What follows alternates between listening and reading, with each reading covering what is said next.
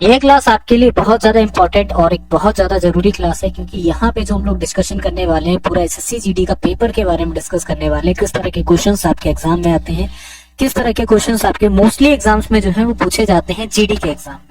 पूरा का पूरा जीडी का पेपर है, तो एक एक हर एक कॉन्सेप्ट को समझिएगा, हर एक क्वेश्चन को आप लोग शेयर करते रहिएगा, ठीक है। ज्यादा से ज्यादा ये कोशिश करना है कि जितना पढ़ा रहा हूँ, जितना बता रहा हूँ, उसके नोट्स बनाते हुए चलो।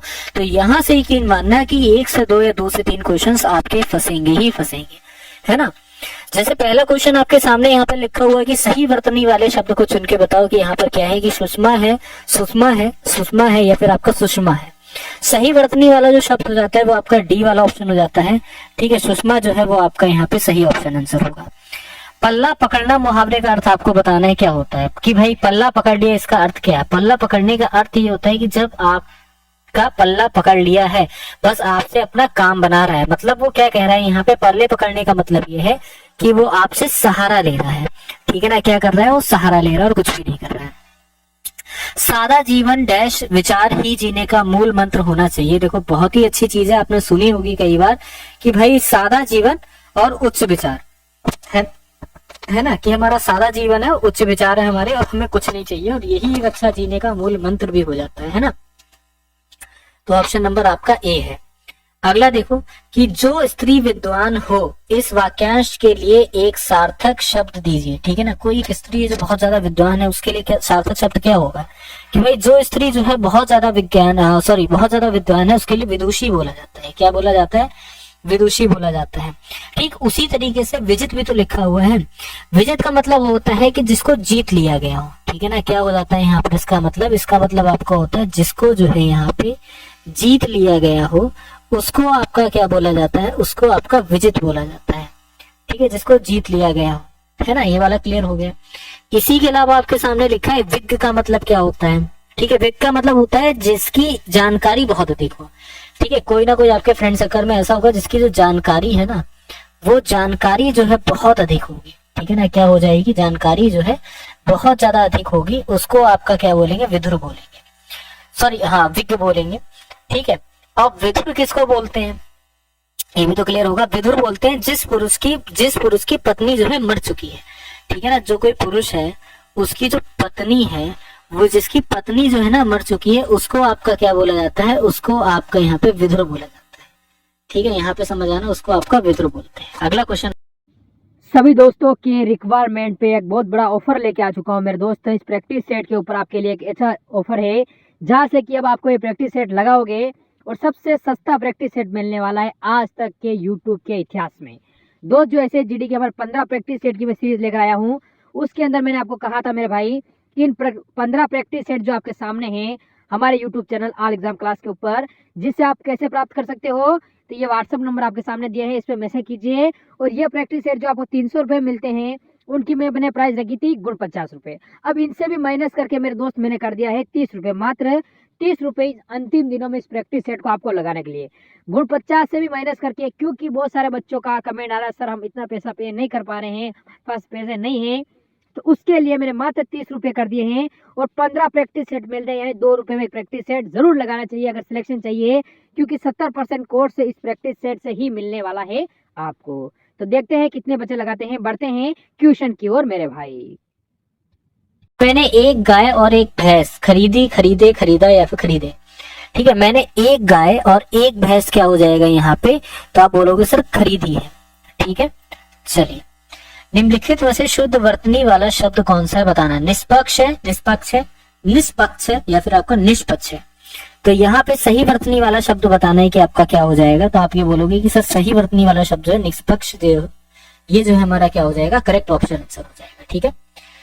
भीगी बिल्ली बनना मुहावरे का अर्थ आपको बताना है क्या है। भाई कोई इंसान जो है भीगी बिल्ली बन चुका है, इसका अर्थ क्या होगा, कि कोई इंसान भीगी बिल्ली बन गया, बहुत ज्यादा चालाक बन रहा है, या फिर गिड़गिड़ा रहा है, गायब हो जा रहा है, कि भाई भीगी बिल्ली बन गया। भीगी बिल्ली मतलब बहुत ज्यादा सहम गया। भाई बिल्ली को पानी से डर लगता है, ठीक है। जब उसके ऊपर पानी डाल दोगे वो तो सहम जाएगी बिल्कुल, अरे अरे भागो भागो भागो, है ना। पोषक का विलोम शब्द आपको बताना है क्या होगा। तो पोषक का जो विलोम शब्द है आपको बताना है यहाँ पे, तो पोषक का विलोम शब्द हो जाएगा शोषक हो जाएगा, ठीक है ना। क्या हो जाएगा आपका यहाँ पे विलोम शब्द शोषक हो जाएगा। जिस तरीके से छीड़ का विलोम शब्द आपका क्या होता है, छीड़ का हो जाता है आपका पुष्ट हो जाता है, ठीक है। तोषक का आपका यहाँ पर क्या हो जाता है, तो आप ये बोलोगे तोषक नहीं, जिस तरीके दुर्बल का आपका हो जाता है सबल हो जाता है, ठीक है ना, क्या हो जाता है, सबल हो जाता है। तो ये भी आपका यहाँ पर हो जाएगी, किसी तरीके का कोई इसका अर्थ भी नहीं है, ठीक है। चलिए, उस विकल्प का चयन कीजिए जो निम्न मुहावरे का अर्थ व्यक्त करता है। भाड़ झोंकना, ठीक है, ढील दे दी, थक जाना, व्यर्थ समय या फिर निराश हो जाना। तो इसका अर्थ क्या हो जाएगा कि भाई भाड़ झोंकने का मतलब होता है कि पूरा पूरा जो आपने है एक समय बिल्कुल ही अपना व्यर्थ कर दिया है, समय जो है बिल्कुल खराब कर दिया है, और ये जो है इसका सही उत्तर होगा। अब समझो यहाँ पे ढील देने का मतलब होता है आजाद छोड़ देना, ठीक है ना। ढील देने का मतलब क्या हो जाता है यहाँ पे कि क्या कर दिया है, यहाँ पे आजाद छोड़ दिया, ठीक है ना, क्या हो जाएगा यहाँ पे आजाद छोड़ दिया है, इसका अर्थ हो जाता है। थक जाने का मतलब क्या होता है, थक जाने का मतलब होता है अंग अंग ढीला होना, ठीक है ना, क्या हो जाता है कि भाई अंग अंग जो है वो यहाँ पर क्या हो चुका है, ढीला हो गया है, ठीक है, ये यहाँ पे इसका अर्थ हो जाएगा। निराश हो जाने का मतलब क्या होता है कि क्रोधित होना, ठीक है ना। निराश हो जाने का मतलब आपका क्या हो जाता है कि बहुत ज्यादा क्रोधित हो गए हो, कोई क्रोधित हो गया है, या फिर उसका उदास होना हो जाता है, ठीक है ना, क्या हो जाता है, उदास होना हो जाता है। दोनों ही आपके एक ही मतलब है, ठीक है। निम्नलिखित में से शुद्ध वर्तनी वाला शब्द आपको बताना है कौन सा है, ठीक है। यहाँ पर आपको शुद्ध वर्तनी वाला शब्द बताना है कि हमारा कौन सा है, पुष्कर, दुष्कर, दुष्कर या फिर दुष्कर। तो शुद्ध वर्तनी के शब्द के बारे में अगर हम लोग यहाँ पे बात करते हैं तो हमारा क्या हो जाएगा, तो बोलेंगे सर दुष्कर जो है, पुष्कर जो है वो हमारा क्या हो जाएगा, शुद्ध वर्तनी का शब्द है। अगला क्वेश्चन देखिए आपके सामने कि दिए गए शब्दों में विलोम शब्द को चुनिए। आदान का विलोम शब्द आपको बताना है क्या होता है, तो आदान का होता है प्रदान होता है, ठीक है। अगला है कि दिन में डैश में ठंडक है, दिन में क्या है, दिन के मौसम में, ऋतु में, जलवायु में। तो सीधी सी बात है, दिन में हमारा क्या हो जाता है, दिन में हमारा मौसम हो जाता है, उस मौसम में क्या हो जा रही है, ठंडक हो जा रही है, ठीक है ना, ये गर्मी हो जा रही है। तो मौसम हमेशा याद रखना, जलवायु जो होती है वो आपके एक एरिया की होती है, ठीक है ना, क्या होती है, एक एरिया की होती है, फिर आप याद रखो कि एक क्षेत्र की जलवायु होती है, ठीक है। और शीत, ये तो खुद एक क्या है अपनी यहाँ पे ऋतु है, ठीक है। और ऋतु तो अपने हिसाब से होती है, गर्म होती है, ठंड होती है, तो उसमें तो आप कहीं नहीं सकते हो, ठीक है। दिए गए वाक्यांश के लिए एक शब्द चुनिए कि इस लोक से संबंधित है। अलौकिक, इस लोक से जो कुछ भी संबंधित है उसको आपका क्या बोलते हैं, उसको आपका लौकिक बोलते हैं, ठीक है ना, क्या बोलते हैं, लौकिक। और अलौकिक का मतलब क्या होता है, अलौकिक का मतलब होता है जो इस लोक में संभव ही ना हो, जो आपका इस लोक में क्या ना हो, इस लोक में आपका संभव ही ना हो, ठीक है ना, संभव ना हो, उसको आपका अलौकिक बोला जाता है ना। और इसी तरीके से लौकिक का मतलब जो इस लोक से संबंधित हो, ठीक है। तो ये लौकिक अलौकिक एक दूसरे के विलोम शब्द है। बिजली का आपको समानार्थी शब्द बताना है, यहाँ पर क्या हो जाएगा, तो बहुत आसान है।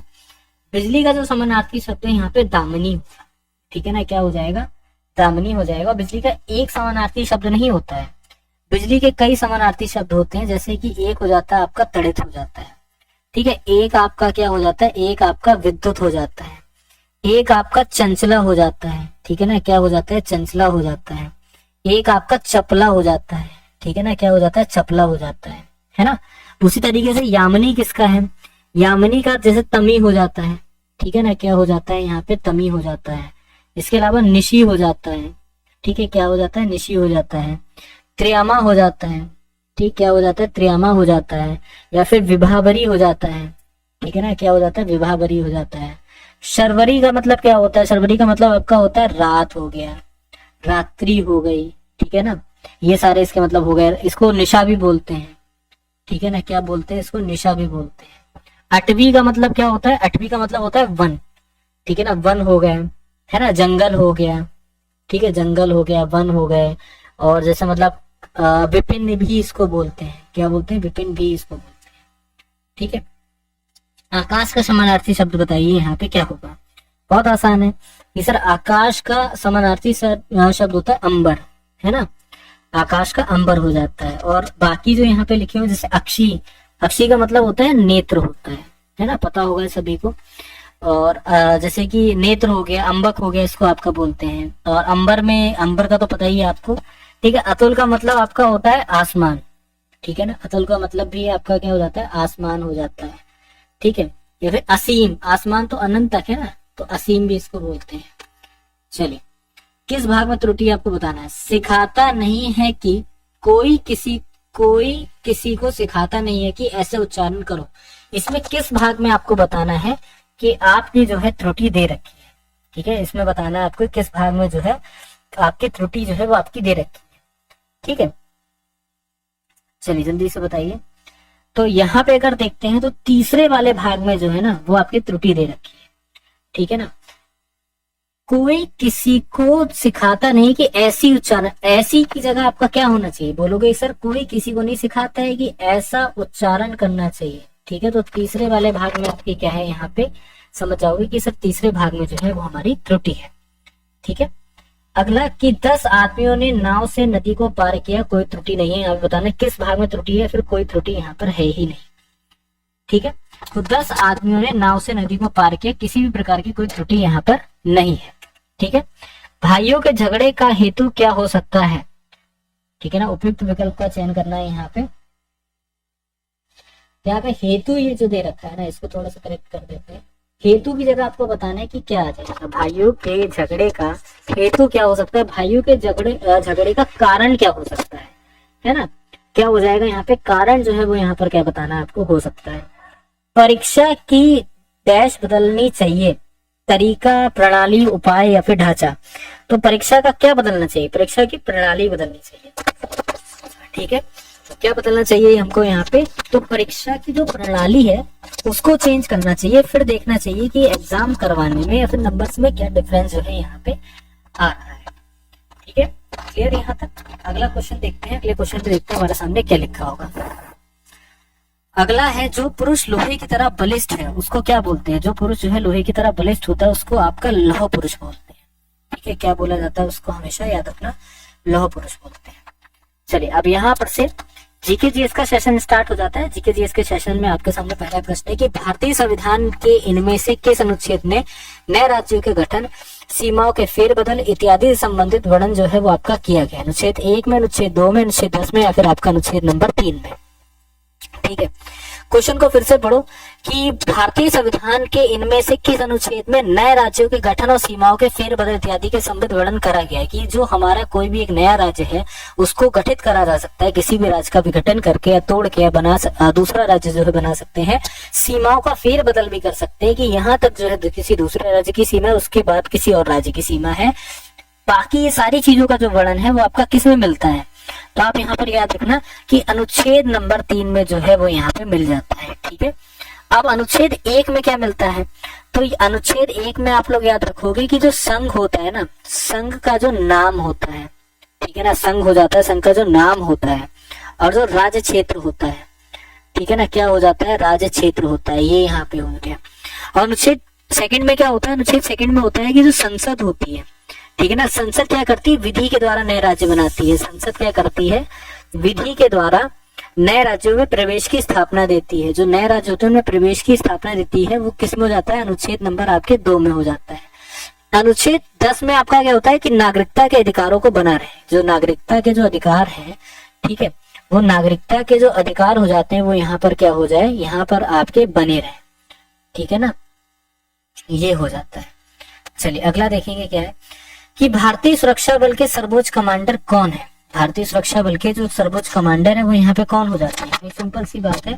भारतीय सुरक्षा बल के जो हमारे सर्वोच्च कमांडर है, इनमें जो नाम दे रखा है उस हिसाब से हमारे प्रणब मुखर्जी हो जाएंगे, ठीक है। क्वेश्चन ये जो है थोड़ा सा पुराना है, ठीक है, तो इसको इतना मत ध्यान में। तो अगले क्वेश्चन पे बढ़ते हैं कि भारत के राष्ट्रपति के संबंध में निम्नलिखित में से कौन सा सत्य नहीं है। वह प्रधानमंत्री मंत्रालय के परिषद की नियुक्ति करता है, राष्ट्रपति देश का प्रथम नागरिक होता है, ये रक्षा बलों का सर्वोच्च कमांडर है, या फिर वह राष्ट्रीय आपातकाल की घोषणा नहीं कर सकता है।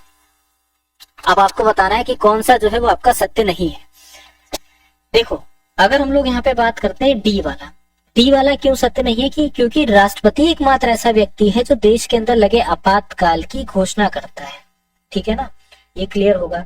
और आपातकाल की घोषणा भी आपको पता है कि 3 तरीके के कार्यों में, 3 तरीके के जब भी यहाँ पे चीजें बनती हैं तब राष्ट्रपति के द्वारा आपातकाल की घोषणा करी जाती है, आपातकाल जो है वो आपका लग जाता है, ठीक है ना। भारत का राष्ट्रीय वृक्ष आपको बताना है कौन सा है, बरगद है, आम है, सौल है, या फिर आपका पीपल है, साल या पीपल, ठीक है। देखो यहाँ पे बता देते हैं, राष्ट्रीय वृक्ष जो है वो आपका क्या है, बरगद है, कुछ चीजें और समझो। आज राष्ट्रीय वृक्ष पूछा है, कल से आपको मान लो अगर आपसे क्या पूछ ले कि भाई राष्ट्रीय पक्षी क्या है, तो आप याद रखोगे कि सर ने बता रखा है कि मोर जो है वो हमारा यहाँ पे राष्ट्रीय पक्षी हो जाता है। राष्ट्रीय गीत आपसे पूछ ले हमारा क्या है, तो आप याद रखेंगे कि वंदे मातरम जो है वो हमारा क्या हो जाता है, यहाँ पे राष्ट्रीय गीत हो जाता है। ठीक है, इज दैट क्लियर? चलिए, जनगण मन को संविधान सभा द्वारा आधिकारिक रूप से भारत के राष्ट्रगान के रूप में कब स्वीकार किया गया था? जनगण मन को बताना कब आपका स्वीकार करा गया था। आधिकारिक रूप से अगर हम लोग यहाँ पे बात करते हैं तो इसको 24 जनवरी 1950 में स्वीकार कर लिया गया था। बोलेंगे सर 24 जनवरी 1950 में यहाँ पे क्या हो जाता है, इसको एक तरीके से राष्ट्रीय गान के रूप में यहाँ पे चुन लिया गया। तो सबसे पहले अगर पूछा जाए कब गाया जाता है, तो भी आप याद रखोगे कि सबसे पहले अगर गाने के बारे में बात करते हैं तो सबसे पहले ये जो राष्ट्रीय गान आपका हमारा राष्ट्रीय गान जो हो जाता है वो 27 दिसंबर 1911 में सबसे पहले आपका गाया जाता है। ठीक है ना। और कहाँ पे गाया जाता है, तो आप ये भी याद रखोगे कि जो कलकत्ता का अधिवेशन होता है, अधिवेशन हमेशा याद रखेंगे कहाँ के होते हैं, तो अधिवेशन आपके कांग्रेस के अधिवेशन होते हैं। ठीक है, कांग्रेस का अधिवेशन होता है, वो भी कौन सा वाला अधिवेशन होता है, तो कलकत्ता वाला आपका अधिवेशन होता है। ठीक है ना। और किसके द्वारा लिखा गया था, तो ये भी आप लोग को पता होगा कि रविंद्रनाथ टैगोर जी के द्वारा ये जो है वो आपका लिखा गया था। और अगर इसमें भी थोड़ा सा आपको बता दें तो बांग्लादेश का भी जो यहाँ पे राष्ट्रीय गान है वो भी रविंद्रनाथ टैगोर जी के द्वारा लिखा जाता है। और थोड़ा सा डिटेल अगर आप समझोगे तो ये कितनी देर का होता है, तो ये आपका 52 सेकंड का हो जाता है। ठीक है, चलिए सभी दोस्तों के रिक्वायरमेंट पे एक बहुत बड़ा ऑफर लेके आ चुका हूँ मेरे दोस्त। इस प्रैक्टिस सेट के ऊपर आपके लिए एक अच्छा ऑफर है, जहाँ से कि अब आपको ये प्रैक्टिस सेट लगाओगे और सबसे सस्ता प्रैक्टिस सेट मिलने वाला है आज तक के यूट्यूब के इतिहास में। दोस्त जो ऐसे जीडी के हमारे 15 प्रैक्टिस सेट की मैं सीरीज लेकर आया हूँ, उसके अंदर मैंने आपको कहा था मेरे भाई कि इन 15 प्रैक्टिस सेट जो आपके सामने हैं हमारे YouTube channel all exam class के ऊपर, जिससे आप कैसे प्राप्त कर सकते हो, तो ये व्हाट्सअप नंबर आपके सामने दिया है, इस पर मैसेज कीजिए। और ये प्रैक्टिस सेट जो आपको 300 रुपये मिलते हैं, उनकी मैंने प्राइस रखी थी गुण 50 रुपये। अब इनसे भी माइनस करके मेरे दोस्त मैंने कर दिया है 30 रुपये, मात्र 30 रुपये अंतिम दिनों में इस प्रैक्टिस सेट को आपको लगाने के लिए। गुण 50 से भी माइनस करके, क्योंकि बहुत सारे बच्चों का कमेंट आ रहा है सर हम इतना पैसा पे नहीं कर पा रहे हैं, पास पैसे नहीं है, तो उसके लिए मैंने मात्र 30 रुपये कर दिए हैं। और 15 प्रैक्टिस सेट मिल रहे हैं, यानी 2 रुपये में एक प्रैक्टिस सेट जरूर लगाना चाहिए अगर सिलेक्शन चाहिए, क्योंकि 70% कोर्स से इस प्रैक्टिस सेट से ही मिलने वाला है आपको। तो देखते हैं कितने बच्चे लगाते हैं, बढ़ते हैं क्वेश्चन की ओर मेरे भाई। देखेंगे क्या है। अगला है कि इनमें से कौन सा जीव भारत का राष्ट्रीय जल जीव है। ठीक है ना। गंगा और शार्क मछली, गंगा की शार्क मछली, भारतीय स्टार कछुआ, या फिर गंगा नदी की डॉल्फिन मछली, या फिर गोल्डन आपका ऐसी। ठीक है, देखो राष्ट्रीय जल जीव के बारे में पूछ रहा है, तो गंगा नदी में एक आपकी डॉल्फिन मछली रहती है, हमारा यहाँ का राष्ट्रीय हो जाता है। ठीक है ना। अब देखो कुछ चीजें यहाँ पे समझना कि अगर आपसे राष्ट्रीय प्रतीक के बारे में पूछे तो आपको पता होगा क्या हो जाएगा कि सारनाथ जो हमारा हो जाता है, सारनाथ में स्थित है अशोक स्तंभ। ठीक है, सारनाथ में स्थित हमारा क्या हो जाता है, अशोक स्तंभ हो जाता है। ये हमारा राष्ट्रीय हो जाता है, क्या हो जाता है, प्रतीक हो जाता है। ठीक है, यहाँ पे एक चीज लिखते हुए चल रहा है। ध्वज हमको सभी को पता है, राष्ट्रीय ध्वज तिरंगा, इसमें केसरी सफेद और हरा रंग है। राष्ट्रीय गान जनगण मनगण, गीत वंदे मातरम। राष्ट्रीय कैलेंडर आपका ग्रेगोरियन कैलेंडर, शंख संवत बोलते हैं। राष्ट्रीय पुष्प कमल। ठीक है, और राष्ट्रीय पक्षी मोर, राष्ट्रीय पशु बाघ, राष्ट्रीय फल आम, राष्ट्रीय वृक्ष बरगद, राष्ट्रीय नदी गंगा, और राष्ट्रीय जलीय जीव गंगा डॉल्फिन। क्लियर। चलिए, भारत का राष्ट्रीय गीत किसने लिखा था, अभी आपको बताए, सॉरी गलती हो गई, यहाँ पे मिस्टेक हो गई। राष्ट्रीय गीत के बारे में आपसे पूछ रहे हैं, तो राष्ट्रीय गान जो है रविन्द्रनाथ टैगोर जी के द्वारा, राष्ट्रीय गीत बंकिम चंद्र चटर्जी के द्वारा लिखा गया है। ठीक है, अब वो भी क्या हो गया था कि इन्होंने किस में लिखा था, तो यहाँ पर भी याद रखना कि इनके द्वारा जो है संस्कृत भाषा में लिखा गया था। कौन सी भाषा में, तो कहेंगे सर इनके द्वारा ये जो लिखा गया था संस्कृत भाषा में लिखा गया। ठीक है, और थोड़ा सा और समझते हैं कि संस्कृत भाषा में तो लिखा गया है, और कब यहाँ पे, इसका मेन रीजन क्या है कि जितने हमारे स्वतंत्रता सेनानी थे, ठीक है ना, स्वतंत्रता सेनानी थे, उनकी याद में, या फिर आप ये समझते हुए चलो कि स्वतंत्रता सेनानियों ने, जो क्रांतिकारियों ने जो लड़ाई लड़ी थी, उनसे प्रेरणा लेकर ये जो है हमारा राष्ट्रीय गीत जो है वो लिखा गया है। क्लियर। और अगर हम लोग बात करते हैं तो ये इससे पहले कब गाया गया था राष्ट्रीय गीत? सबसे पहले आपका 1896 में कलकत्ता अधिवेशन में आपका गाया गया था। कब गाया गया था? तो कलकत्ता अधिवेशन में आपका राष्ट्रीय गीत गाया गया था। ठीक है। और अगर हम लोग थोड़ा समझते हैं कि रविन्द्रनाथ टैगोर को राष्ट्रीय गान लिखने के अवसर में क्या मिला था, तो आप लोग यहाँ पर याद रखोगे कि इनको राष्ट्रीय गान लिखने के चक्कर मतलब लिखा था, उसकी वजह से इनको विश्व कवि नोबेल पुरस्कार भी दिया गया था। ठीक है ना। तो आप यहाँ पर याद रखेंगे कि विश्व कवि नोबेल पुरस्कार जो है वो इनको यहाँ पे मिलता है। ठीक है।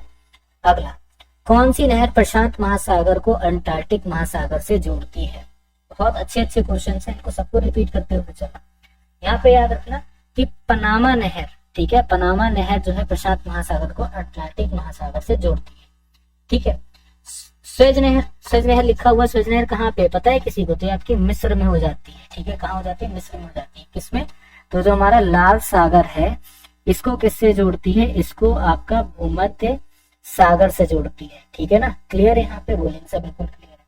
और जो कील नहर है कहाँ पे है? तो कील नहर जो है वो हमारी यहाँ पे जर्मनी में है।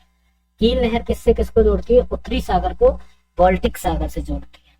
ठीक है ना। क्या हो जाती है? उत्तरी सागर को आपकी किससे जोड़ती है? बाल्टिक सागर से जो है वो आपकी जोड़ती है। ठीक है। कोरित नहर क्या है? ये आपकी ग्रीस यूनान में हो जाती है। ठीक है ना। यूनान में क्या हो जाती है? ग्रीस यूनान में हो जाती है। ये आपकी सुरोनिक की खाड़ी को कुरिंथन खाड़ी से जोड़ती है। ठीक है ना। किसमें हो जाता है? आपकी सुरोनिक की खाड़ी को कुरिंथन खाड़ी से आपकी आपस में जोड़ देती है। निम्नलिखित में से कौन सा एक महत्वपूर्ण शहर नील नदी के तट पर स्थित है? बुडापेस्ट या फिर सिकंदरिया या फिर बगदाद या फिर आपका लंदन? तो यहाँ पर याद रखना, आपसे पूछ रहा है कि कौन सा शहर जो है नील नदी के तट पर स्थित है। तो यहाँ पर याद रखिएगा कि नील नदी के तट पे जो है वो आपका एक मिनट, हाँ ठीक है, बुडापेस्ट जो है वो आपका स्थित हो जाता है। ठीक है। बाकी आपसे यहाँ पे लंदन के बारे में पूछ रहा है। लंदन आपका टेम्स नदी पर है। ठीक है। किस नदी पर है? टेम्स नदी पर। बगदाद, बगदाद पता है क्या है? बगदाद आपका इराक, ठीक है ना, इराक का शहर हो जाता है, आपका टिग्रिस नदी पर है। कौन सी नदी पर है? तो यहाँ पर आपका टिग्रिस नदी पर है। और आपका सिकंदरिया जो लिखा हुआ है ये आपका मिस्र है। ठीक है ना। क्या हो जाता है? मिस्र हो जाता है। ये आपका नील नदी पर है। ठीक है। मिस्टेक हो गया यहाँ पे, नील नदी पर आपका मिस्र का हो जाता है सिकंदरिया। बुडापेस्ट जो है वो आपका हंगरी में है, ये आपका डेन्यूब पर हो जाता है। ठीक है। चलिए अगला देखेंगे हमारा क्वेश्चन क्या है। कहीं कहीं पे मिस्टेक हो जाती है तो उसको थोड़ा मैनेज कर लेना। ठीक है। माले किस देश की राजधानी है? मॉरिशियस, लक्षद्वीप, मालदीव या फिर आपका मलेशिया? तो माले के बारे में बताना है कि ये जो है हमारी किस देश की राजधानी हो जाती है। ठीक है। तो अगर माले के बारे में हम लोग यहाँ पे बात करते हैं तो माले जो है वो आपकी मालदीव की राजधानी है। कहाँ की राजधानी है? रिपीट करिएगा, आंसर मालदीव की राजधानी है। ठीक है। मॉरिशियस जो है वो यहाँ पे, ठीक है ना, माले यहाँ पे राजधानी है। मॉरिशियस एक आपका देश है और इसकी पोर्ट लुइस जो है इसकी राजधानी है। ठीक है ना। क्या हो जाती है यहाँ पे? पोर्ट लुइस जो है वो इसकी राजधानी हो जाती है। लक्षद्वीप यहाँ पे क्या हो जाती है? कवरटी की राजधानी हो जाती है। ठीक है ना। क्या हो जाती है? कवरटी की राजधानी हो जाती है। मलेशिया की क्या हो जाती है? कुआलालंपुर हो जाती है। ठीक है ना। क्या हो जाती है आपकी यहाँ पे? कुआलालंपुर जो है वो यहाँ पे मलेशिया की राजधानी हो जाती है। ठीक है। मध्यकालीन भारत के दौरान लिखी गई किताब गीत गोविंदम के लेखक कौन है? मीराबाई, तुलसीदास या फिर कबीर या फिर जयदेव? चलिए जल्दी से बताइए।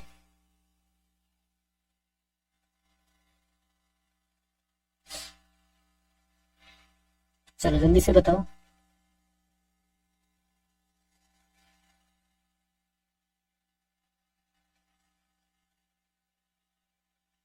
देखो, मध्यकालीन भारत में हमारे सामने लिखा गया, मध्यकालीन भारत में के दौरान लिखी गई किताब गोपी गीत गोविंदम जो है इसके लेखक आपको बताना कौन है? मीराबाई है, तुलसीदास है, कबीर है या फिर आपके जयदेव?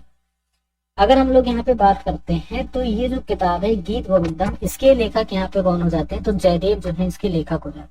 ठीक है। कौन हो जाते हैं? जयदेव है। गीत गोविंदम हो गया। एक इनकी एक और पुस्तक, इसको रति मंजरी कहते हैं। ठीक है ना। क्या कहा जाता है? इनकी पुस्तक को रति मंजरी बोला जाता है ना। मीराबाई की तो गीत गोविंद टीका है, थोड़ा सा कंफ्यूजन यहाँ पर हो जाएगी। तो इनकी जो है क्या हो जाएगी? गीत गोविंद ठीक है ना, ठीक है, थोड़ा स्पेलिंग सही कर लीजिएगा। और एक इनकी हो जाती है राग गोविंद। ठीक है, कभी कंफ्यूजन होती है आप लोग को कि सर गोविंद तो मोस्टली इनकी किताबों का नाम है, ऐसा नहीं। ठीक है, तुलसीदास जी की सभी को पता होगी, तुलसीदास जी की सबसे पहली किताब रामचरितमानस। ठीक है, क्या हो जाएगी, रामचरितमानस हो जाएगी। और दोहावली इनकी बहुत ज्यादा फेमस है, सभी को पता होगा, इनके द्वारा दोहावली लिखी गई है और गीतावली लिखी गई है, और एक विनय पत्रिका। ठीक है ना, क्या है एक यहाँ पे विनय पत्रिका होगा। ठीक है, कबीरदास जी की अगर बात करते हैं तो कबीरदास जी के बीजक बहुत फेमस। ठीक है ना, बीजक में क्या क्या आते हैं ये समझो। बीजक में आपकी साखी हो जाती है, ठीक है, आपकी सबद हो जाती है, और आपकी रमैनी हो जाती है। ये चीजें जो है इनकी बहुत ज्यादा क्या हो जाती है यहाँ पे फेमस। ठीक है, चलिए अगला देखिए। औरंगजेब के संबंध में निम्नलिखित में से कौन सा कथन जो है गलत है। उसे आलमगीर के नाम से भी जाना जाता था। सत्ता के लिए अपने संघर्ष में औरंगजेब ने अपने भाई के द्वारा लड़ाई में निर्णायक रूप से हराया और अपने पिता को आगरा में ही अपने ही महल में नजरबंद कर दिया। वह शाहजहां मुमताज महल का दूसरा पुत्र था, सॉरी मुमताज का दूसरा पुत्र था, और 18वीं शताब्दी के मध्य में औरंगजेब मृत्यु के बाद मुगल साम्राज्य का पतन होता चला गया। यहाँ पे बताएंगे कि जो हमारा सही उत्तर है वो क्या होगा। ठीक है, मुगलों के बारे में क्वेश्चंस हैं, मुगलों के बारे में क्वेश्चंस आते हैं एग्जाम के अंदर ज्यादातर, और औरंगजेब के बारे में यहाँ पे आपको बताना है यही कौन सा वाला जो कथन है वो आपका गलत है। ठीक है, चलिए देखिए, अगर यहाँ पे थोड़ी सी बात करते हैं, इसके आंसर की बात करते हैं, तो यहाँ पर समझो क्या हो जाएगा कि वह शाहजहां मुमताज महल का दूसरा लड़का था। ठीक है, ये यहाँ पे देखो शाहजहां के बारे में अगर बात करते हैं, ठीक है, तो ये इनके जो टोटल बच्चे थे वो आपके 7 बच्चे थे। पुत्र जो थे वो 4 थे, पुत्री जो थी वो आपकी 3 थी। ठीक है, सर बिल्कुल ठीक है। अगर इसमें बात करते हैं तो इसमें पहले नंबर का जो था वो दारा शिकोह। ठीक है ना, क्या हो जाता है यहाँ पे दारा शिकोह जो था वो यहाँ पे पहले नंबर का था। दूसरे नंबर का आपका यहाँ पे शाह सुजा था। ठीक है ना, क्या हो जाता है यहाँ पे शाह सुजा जो है वो दूसरे नंबर का था। तीसरे नंबर का यहाँ पर कौन था, तो तीसरे नंबर का यहाँ पे औरंगजेब था। ये भी यहाँ पर याद रखना, तीसरे नंबर का औरंगजेब था। और चौथे नंबर का आपका मुराद बख्श था। ठीक है ना, कौन था यहाँ पे मुराद बख्श जो है वो आपका चौथे नंबर का। ठीक है, और इसमें भी अगर बात करते हैं तो इनकी 3 बहनें भी है ना। तो उसके बाद यहाँ पर याद रखना है सारी चीजें लड़ाई वगैरह होती हैं, आपस में लड़ जाते हैं, बहनें एक तरफ मतलब बहन एक एक भाई के तरफ हो जाती है। इसमें से मुराद बख्श जो है अकेला पड़ जाता है। ठीक है, फिर जाके एक तरीके से निपटती है और औरंगजेब बादशाह को मार के यहाँ पर क्या बनता है। तो एक एक पॉइंट को यहाँ पे नोट करते हुए चलो, एक एक चीज को नोट करते हुए। ठीक है, 27 अक्टूबर 1605 को फतेहपुर सीकरी में डैश की मृत्यु हुई थी, जिन्हें आगरा का सिकंदरा में दफनाया गया था। इसकी यहाँ पे मृत्यु के बारे में बात करी जा रही है। ठीक है ना, तो अकबर की मृत्यु होती है, ठीक है, कब होती है 27 अक्टूबर 1605 में। ठीक है, तो यहाँ पर याद रखना सम्राट अकबर हो जाएगा। और अगर बात करते हैं तो यहाँ पे सिकंदरा में दफना दिया जाता है, सभी को पता होगा। राम प्रसाद बिस्मिल को फांसी किस लिए दी गई थी, सभी को पता होगा। राम प्रसाद बिस्मिल जी को जो फांसी दी गई थी वो काकोरी कांड के लिए दी गई थी। ठीक है, काकोरी में जो ट्रेन डकैती हुई थी उसके लिए यहाँ पे फांसी दी गई थी। ठीक है, अब अगर बात करते हैं तो क्या असल में ये हमारे क्रांतिकारी थे जो कि हिंदुस्तान रिपब्लिक एसोसिएशन के क्रांतिकारी थे। यहाँ पर ये भी नोट करिएगा किसके क्रांतिकारी थे, तो हिंदुस्तान रिपब्लिक एसोसिएशन के क्या हो जाते हैं यहाँ पे, ठीक है ना, क्रांतिकारी हो जाते हैं। ठीक है, इनके क्या हो जाते हैं, क्रांतिकारी हो जाते हैं। और क्या हुआ था एक्चुअल में, अगर हम लोग यहाँ पे बात करते हैं तो एक ट्रेन आ रही थी। ट्रेन कहाँ से आ रही थी, तो ट्रेन जो है वो आपकी सहारनपुर से आ रही। ठीक है, ये भी यहाँ पे याद रखना, क्या हो रहा होता है, सहारनपुर से ट्रेन आ रही है। और ठीक है, तो वो आपकी 8 डाउन डिब्बों वाली मालगाड़ी थी। ठीक है ना, क्या थी यहाँ पे मालगाड़ी थी 8 डाउन डिब्बों की। कहेंगे सर बिल्कुल ठीक है।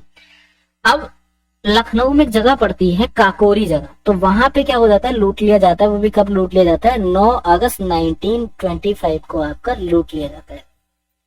ठीक है, इस दिन क्या होता है, काकोरी कांड जो है वो आपका हो जाता है। ठीक है, बोलेंगे सर बिल्कुल ठीक है, यहाँ तक हम अच्छे तरीके से समझ गए। अब यहाँ पर से समझो कि इस घटना को काकोरी ट्रेन डकैती जो है नाम दिया जाता है। अब होता है क्या है कि इस कांड में क्या होता है, जो चंद्रशेखर आजाद होते हैं, ठीक है ना, क्या हो जाते हैं, जो चंद्रशेखर आजाद हो जाते हैं, वो तो इसमें बच जाते हैं, ठीक है ना, वो इसमें क्या होता है, बच जाते हैं, वो यहाँ से निकल पड़ते हैं, भाग जाते हैं, ठीक है ना।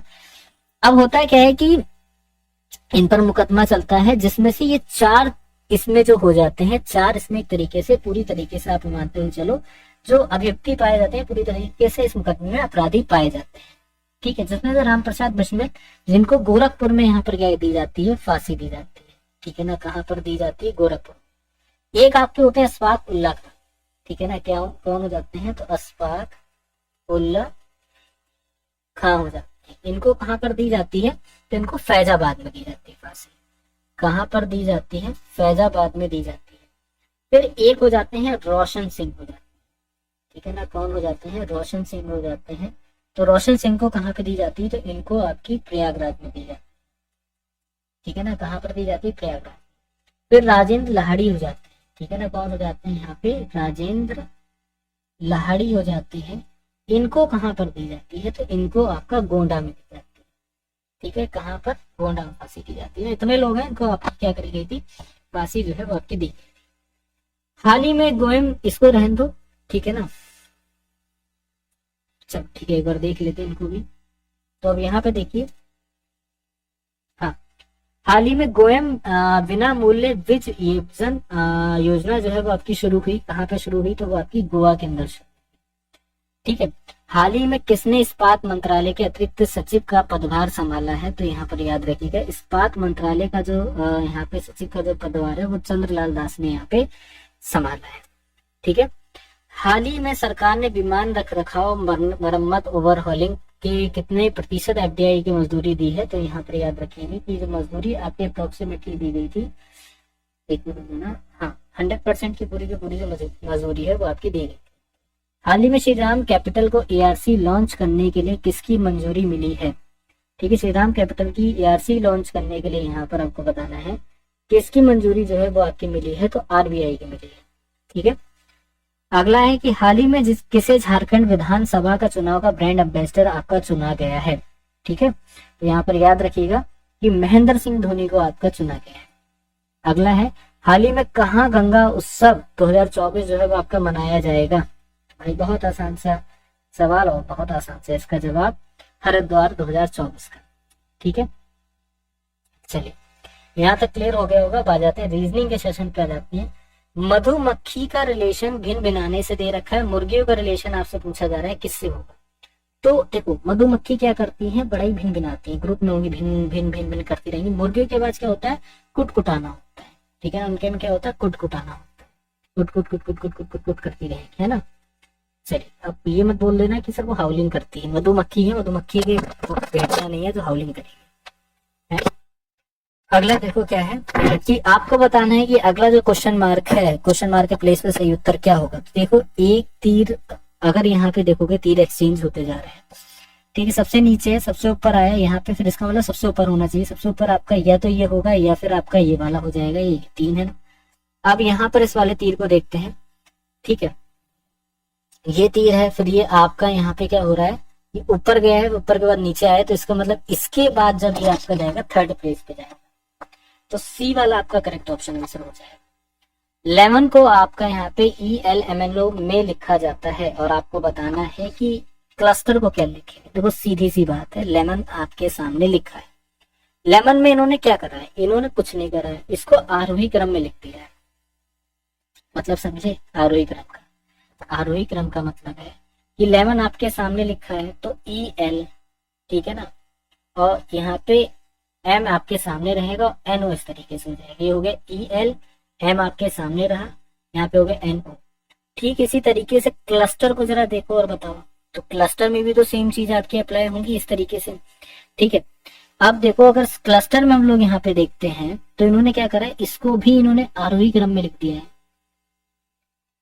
एक मिनट रुक जाना,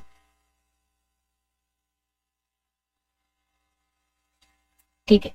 देखो सी को तो सी वैसे लिख रहे देखते हैं, अगर LU को देखते हैं तो L को अगर हम लोग देखेंगे तो E, ठीक है ना, और U E, रुक जाओ थोड़ा सा मिस्टेक है इसमें,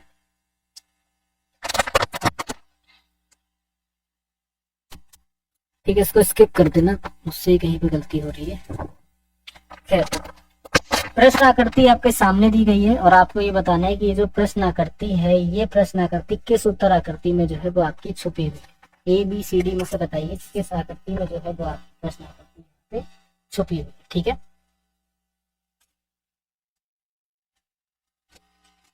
एक मिनट दीजिए।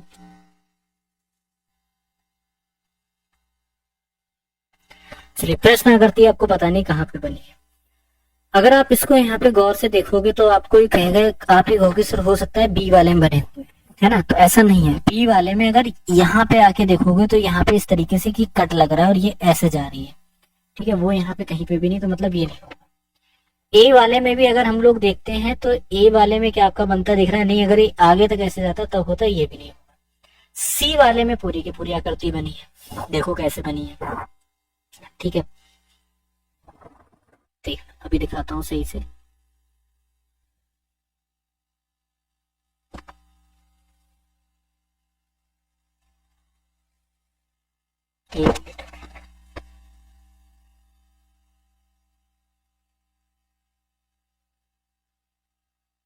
देखो इसमें कहाँ पे बनी है, इसमें यदि आकृति को हम लोग यहाँ पे देखते हैं तो ये इस तरीके से बन के गई, बोलेंगे सब बिल्कुल गई इस तरीके से।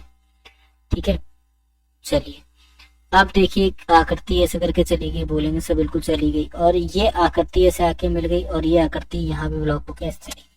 ठीक है, चलो अगला देखो आपके सामने क्या है कि डिक्शनरी को किसी कोड लैंग्वेज में 20 लिखते हैं, मोबिलिटी को आपका 16 लिखते हैं, टर्मिनेशन आपको बताना है कि टर्मिनेशन को आपका क्या लिखा है। ठीक है, कैसे लिखते हैं पता है, अगर हम लोग यहाँ पे बात करते हैं, ठीक है ना, तो यहाँ पे क्यों लिख रहे हैं, क्या रीजन हो सकता है, तो अगर रीजन यहाँ पे देखते हैं तो यहाँ पे अक्षरों की संख्या रीजन है। कैसे, अगर डिक्शनरी में देखेंगे तो 1 2 3 4 5 6 7 8 9 10, टोटल नंबर ऑफ अक्षर कितने हैं आपके 10 इंटू 2 20 लिख दिया। ठीक है, मोबिलिटी में देखो 1 2 3 4 5 6 7 8, तो 8 इंटू 2 16 लिख दिया, बोलेंगे सब बिल्कुल ठीक है। तो टर्मिनेशन भी तो सेम ऐसे 1 2 3 4 5 6 7 8 9 10 11, 11 इंटू 2 अगर हम लोग करेंगे तो क्या हो जाएगा 22 हो जाएगा।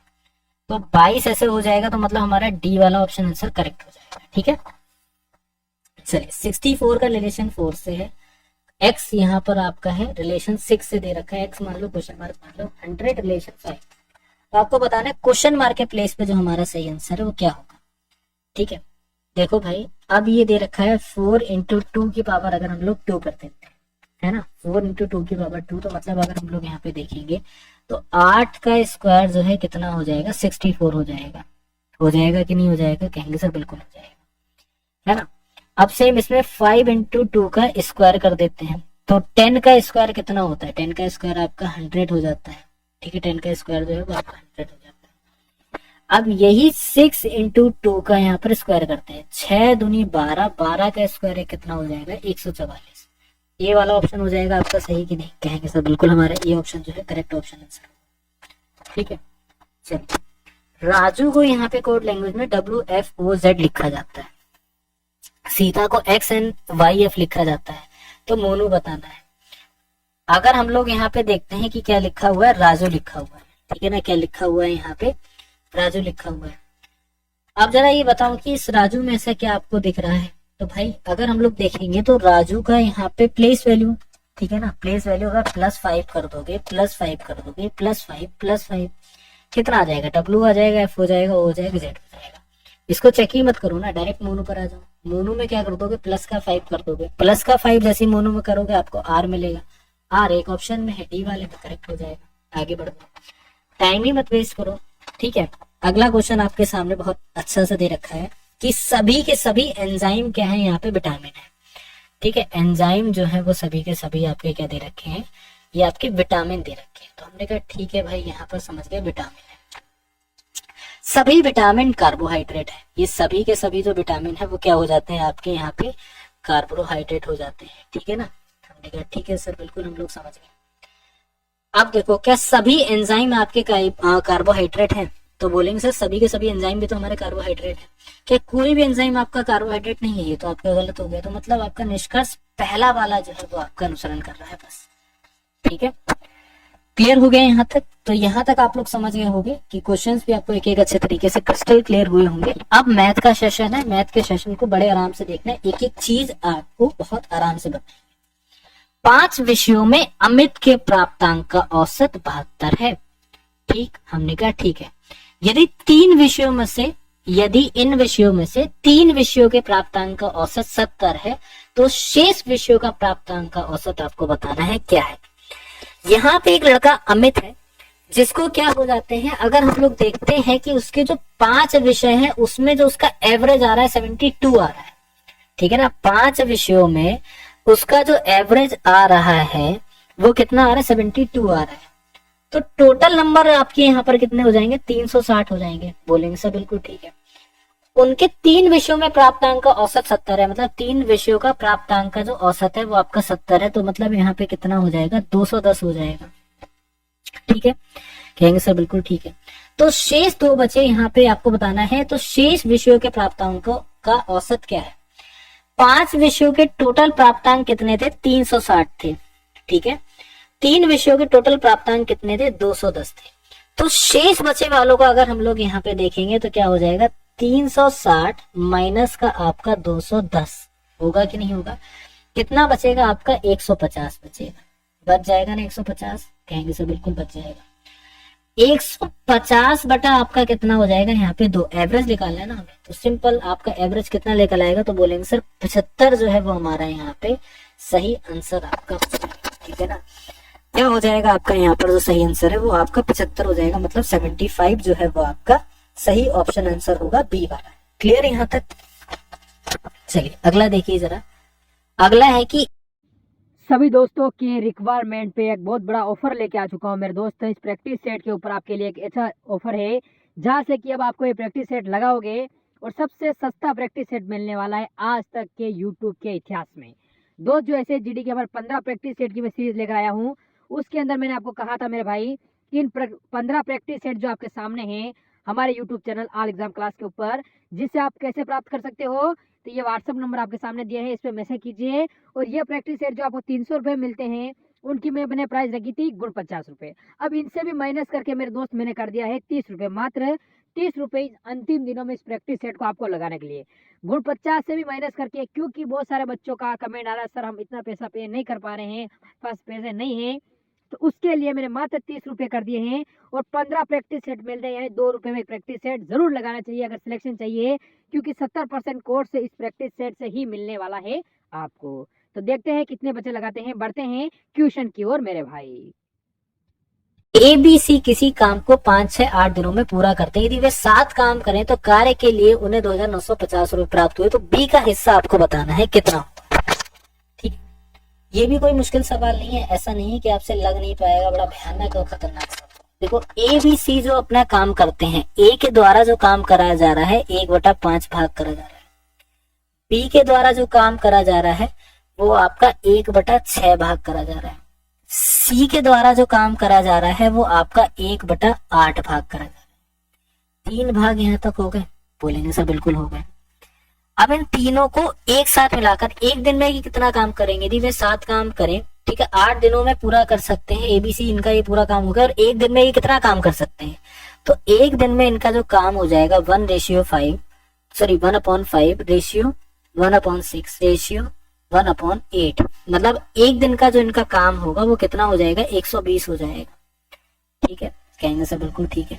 तो यहाँ पे कितना निकल आएगा? यहाँ पे निकल आएगा 24। ठीक है, तो इसको अगर लिखेंगे, जब एलसीएम 120 आ रहा है तो यहाँ पर कितना हो जाएगा जरा समझना। ठीक है, तो 24 बटा आपका कितना हो जाएगा यहाँ पे? तो आप बोलोगे सर 24 बटा हमारा 120 हो जाएगा। ठीक है ना, क्या हो जाएगा? 24 बटा 120 हो जाएगा रेशियो। फिर आपका 20 बटा यहाँ पर कितना हो जाएगा? 20 बटा 120 हो जाएगा रेशियो। फिर यहाँ पे 15 बटा आपका 120 हो जाएगा रेशियो। ठीक है, कहेंगे सर बिल्कुल ठीक है। अब देखो जरा यहाँ पे तो कितना हमें मिल जाएगा, तो हम ये बोलेंगे 120 सब कैंसिल, तो 24:20:15 जो है वो हमें निकल आएगा। ठीक है, तो इनका जो योग है, अनुपात योग कितना लिख लेगा, 59 लिख लेगा। आपसे बी का पूछा गया है, बी का कितना है, रेशियो 20 है, 20/59 और टोटल राशि कितनी थी, 2950 थी। बस हो गया क्वेश्चन सॉल्व। ठीक है, तो यहाँ पर देखो कितना आ जाएगा, 59 से अगर हम लोग यहाँ पे देखेंगे तो हमारे पास कितना बचेगा, 20, ये आपका 5 बार में जाएगा तो यहाँ पे हो जाएगा 50, 20 × 50 मतलब हमारा यहाँ पे 1000 जो है वो आपका सही ऑप्शन आंसर सी वाला बन जाएगा। ठीक है, क्लियर यहाँ तक। तो क्या बनेगा, बोलेंगे सर सी ऑप्शन जो है वो हमारा यहाँ पे इसका करेक्ट ऑप्शन आंसर होगा। ठीक है, देखो हर एक क्वेश्चन को समझो कि इसमें बोल क्या रहा है एग्जामिनर और आपको करना क्या है, कैसे इसका सॉल्यूशन जो है वो आपको निकालना है। ठीक है, एक एक चीज को जब आप यहाँ पे समझोगे ना, तभी क्वेश्चन जो है वो आपका सॉल्व हो पाएगा। ठीक है, बाकी एक चीज मैं आपको बता देता हूँ कि अगर आप हमारे टेलीग्राम ग्रुप से अभी तक नहीं जुड़े हैं तो पहले तो आप हमारे टेलीग्राम ग्रुप से जुड़ जाएंगे, क्योंकि कोई भी क्लास की अपडेट होती है पहले आपको टेलीग्राम पे पता सकते हैं। ठीक है, दूसरा, अगर आप हमसे यहाँ पे नोट्स परचेज करना चाहते हैं, नोट्स आपके लिए बहुत ज्यादा जरूरी हो जाते हैं, बहुत वैल्यूएबल भी हो जाते हैं। अगर आप हमसे नोट्स परचेज करना चाहते हैं तो 45 रुपीज के नोट्स हैं, जीडी के जितने प्रीवियस ईयर पेपर हुए हैं, जो जो क्वेश्चंस आए हैं, सारी बातें जो है उसमें आपको यहाँ पे लिख रखा होगा, सारी बातें आपको वहां पे मिल जाएंगी। आप हमसे सीधे सीधे वो नोट्स जो है वो आप हमसे परचेज कर सकते हो। ठीक है, जो कि यहाँ पे बहुत ही कम मिनिमम कॉस्ट में आपको नोट्स जो है मिल जाएंगे। ठीक है, 45 रुपीज कोई बहुत बड़ा अमाउंट नहीं है जो आप निकालना पाओ। 45 रुपीज एक आपका बहुत छोटा सा अमाउंट हो जाता है। ठीक है, जो आप बहुत ही इजिली जो है उसको निकाल सकते हो। ठीक है, बाकी उस नोट्स को आप आगे भी शेयर कर सकते हो। ऐसा नहीं कि वो एक बार आपने नोट्स ले लिए सिर्फ आप ही यूज करोगे, ऐसा कुछ भी नहीं। उस नोट्स को आप आगे शेयर कर सकते हो, आपके लिए मतलब एक तरीके से वैल्यूएबल तो है ही है। और जितना चाहे उतने दोस्तों के साथ बांटो, जितने चाहे अपने दोस्तों को देते रहो नोट्स। ठीक है, उसमें तो कोई इशू का बात है ही नहीं। ठीक है, तो आप ये यहाँ पे कर सकते हैं। बाकी ज्यादा से ज्यादा चैनल को हमारे सब्सक्राइब करेगा। खैर क्लास अभी आपकी एंड नहीं हुई, बीच में बात बताना आपके लिए जरूरी था। ठीक है, फिर से क्लास पे आ जाती है, क्लास में फिर से हम लोग फोकस करते हैं। नेक्स्ट यहाँ पर जो हमारा मैथ का क्वेश्चन है उस पर आगे बढ़ते हैं। नेक्स्ट क्वेश्चन देखो यहाँ पर क्या कह रहा है। ठीक है, नेक्स्ट क्वेश्चन आपका यहाँ पर बोल रहा है कि एक मिश्रण में अल्कोहल और जल का अनुपात 3:4, इसमें 8 लीटर पानी मिलाने पर अल्कोहल जल का अनुपात 5:8 हो जाता है। मिश्रण में मोल मात्रा लीटर में आपको बतानी है कितनी है। ठीक है, बहुत इजी क्वेश्चन है, ऐसा नहीं बहुत भयानक क्वेश्चन है, बहुत ज्यादा इजी क्वेश्चन है। इजिली आप इसको जो है यहाँ पे क्लेरिफाई कर सकते हैं। ठीक है, आप देखते हैं कि हमारा सही आंसर जो है वो क्या होगा। देखो भाई, अगर यहाँ पे एक चीज देखते हैं कि एक मिश्रण है, ठीक है, एक मिश्रण में अल्कोहल और जल की मात्रा, अल्कोहल और जल की मात्रा, अल्कोहल को ए से लिख देते हैं, इसमें कितनी दे रखी है, 3x दे रखी है। जल को हम लोग W से लिख देते हैं, कितनी दे रखी है, 4x दे रखी है। 8 लीटर पानी मिलाने पे, तो दोनों में ही तो 8-8 लीटर आपका पानी मिलेगा। ये इसमें 8 लीटर पानी मिलाने पर अल्कोहल और जल का अनुपात, इसमें 8 लीटर जब आपका पानी मिला दिया गया है तो आप देखो क्या हो जाएगा कि 3x अपॉन, ठीक है ना, 4x + 8 मिलाने के बाद क्या हो जाती है, 5 अपॉन आपका यहाँ पर हो जाता है 8। क्रॉस मल्टीप्लाई करेंगे ना, क्रॉस मल्टीप्लाई जब हम लोग करेंगे तो हमारे सामने क्या हो जाएगा, 24x बराबर आपका हो जाएगा 20x प्लस आपका हो जाएगा 40। तो 4x बराबर हमारा हो जाएगा 40 और x बराबर हमारा हो जाएगा सॉरी x बराबर 40 अपॉन हमारा हो जाएगा 4। तो यहाँ पे x अपॉन हमारा कितना, x इक्वल्स टू आपका हो जाएगा 10। ठीक है, मिश्रण में मूल मात्रा जो है वो आपको बताना लीटर में कितनी है। ठीक है, टोटल अगर हम लोग यहाँ पे देखेंगे इसकी मूल मात्रा कितनी थी, 3x प्लस आपका 4x इक्वल्स टू आपका 7x। तो 7 × 10 इक्वल्स टू आपका 70। तो मूल मात्रा क्या थी आपकी, 70 लीटर जो थी वो आपकी यहाँ पे मूल मात्रा थी, बी वाला। ठीक है, समझ गए कि नहीं समझ गए, क्लियर हो गया होगा यहाँ तक आपको। अगला क्वेश्चन देखेंगे क्या है। 4 संख्या आपको दे रखी है, ठीक है ना, क्या दे रखी है आपको, 4 संख्या दे रखी है 2, 3, 5, 7 के रेशियो में। इनका HCF, इनका जो HCF है वो आपका x है, सॉरी h है। सबसे बड़ी सबसे छोटी संख्याओं के वर्गों का योग आपको बताना है क्या हो। ठीक है, चलो आ जाते हैं इस क्वेश्चन पे। क्या पहली संख्या इसमें से क्या दे रखी है, पहली संख्या इसमें से 2x है। ठीक है। दूसरी संख्या इसमें से क्या दे रखी है, दूसरी संख्या इसमें से 3x। तीसरी संख्या इसमें से क्या दे रखी है आपको, 5x दे रखी है। और चौथी जो संख्या आपको दे रखी है इसमें से क्या दे रखी है, 7x दे रखी है। ये तो दी गई है, बोलेंगे सर बिल्कुल ये दी गई है। चलो, चारों संख्याओं का HCF आपको 6 दे रखा है। इन चारों की चारों संख्याओं का जो HCF है वो आपको कितना दे रखा है, 6 दे रखा है, हम समझ गए। ठीक है।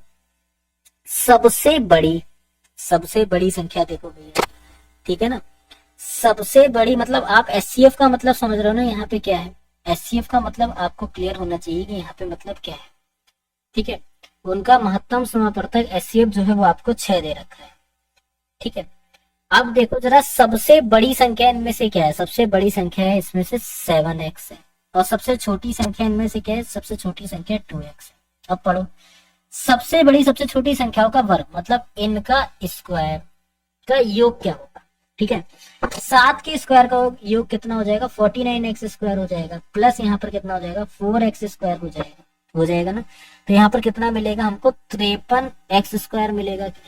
ठीक है, और HCF हमारा मतलब x बराबर हमको यहाँ पे 6 दे रखा है, तो 53x स्क्वायर बराबर आपको बताना है। तो 53, 6 का स्क्वायर 36 इंटू कितना हो जाएगा, 36। तो हमारे पास कितना निकल आएगा, 908। ठीक है, 1908 जो है वो हमारा यहाँ पे निकल आएगा। कौन सा वाला, बी वाला जो है वो हमारा यहाँ पर क्या बनेगा, इसका करेक्ट ऑप्शन।